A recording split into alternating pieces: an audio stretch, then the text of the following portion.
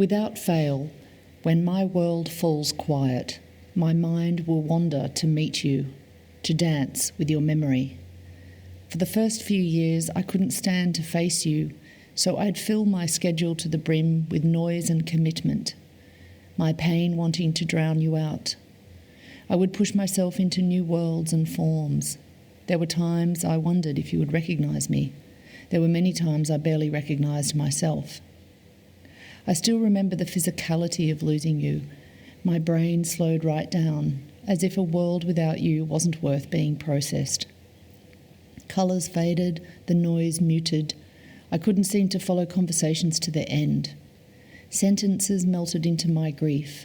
My back would ache as though my insides had died along with you, my spine no longer strong enough to hold me upright. I bought a pregnancy test the day after you died, the morning your sister called to tell me. During that strange day before I knew, I'd felt faint and almost vomited in the gardens of an art gallery. As I pulled the box out of the slippery plastic, I hoped I had somehow managed to keep a part of you with me. But instead, as the faint sky blue line appeared, I realised it was my body telling me you had left. We had counted my menstrual cycles as a way of keeping track of time. We celebrated each bleeding as a reprieve from parenthood. After that day, I found myself counting to keep track of a child that hadn't even existed. I feel differently now, of course. I no longer want to scream into the earth like we did the New Year's after your death.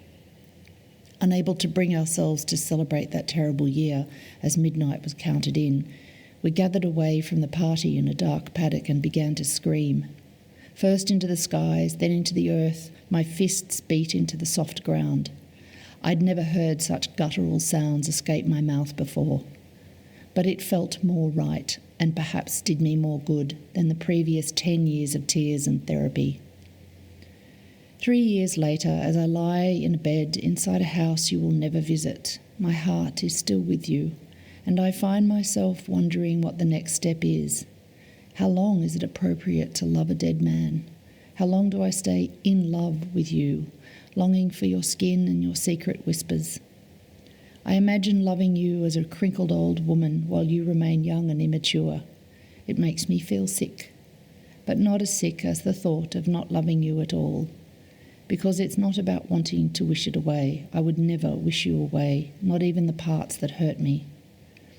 So I have committed myself to this quiet dance with you, a few steps forward with one step back to meet you, always.